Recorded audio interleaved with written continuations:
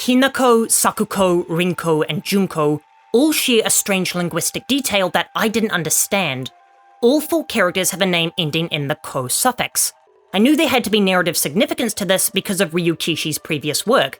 For those who don't know, the protagonist of Umineko is constantly fighting back against a truth he doesn't want to accept with astounding stubbornness. That character's name is Battler. You'll be pleased to learn that Ryukishi's become no less subtle in his naming conventions.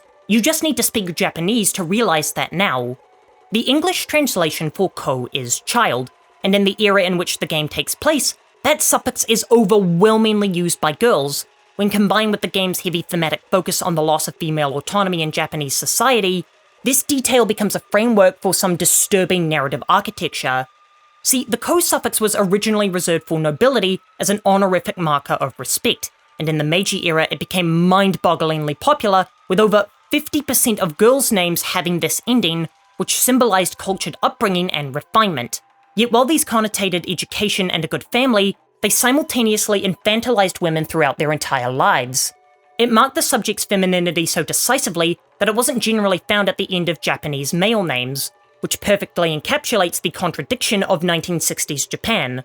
Women could be educated, refined, and accomplished, but perpetually be denoted as children in need of male authority.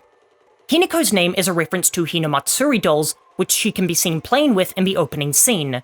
Naming her after a decorative doll is brutally on the nose, announcing that she must always be young, fragile, and in need of protection. Sakuko's name means blooming child, something beautiful and ephemeral meant to wither, an excellent metaphor for how 1960s Japanese society viewed a young woman's values. And it's good to know that Ryukishi hasn't lost his touch for blatant naming conventions, as she dies first in the game by the way of flowers blooming all over her flesh. Rinko's name translates to noble child, not woman, child. The game leverages this infantilization brilliantly with her character arc.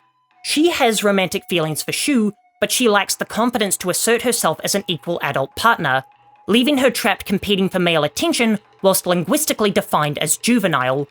Finally, Junko translates to obedient or pure child, which is so self-explanatory that I'd rather use this time to comment on the fact that Danganronpa has one of the most hysterically blatant misdirections in history.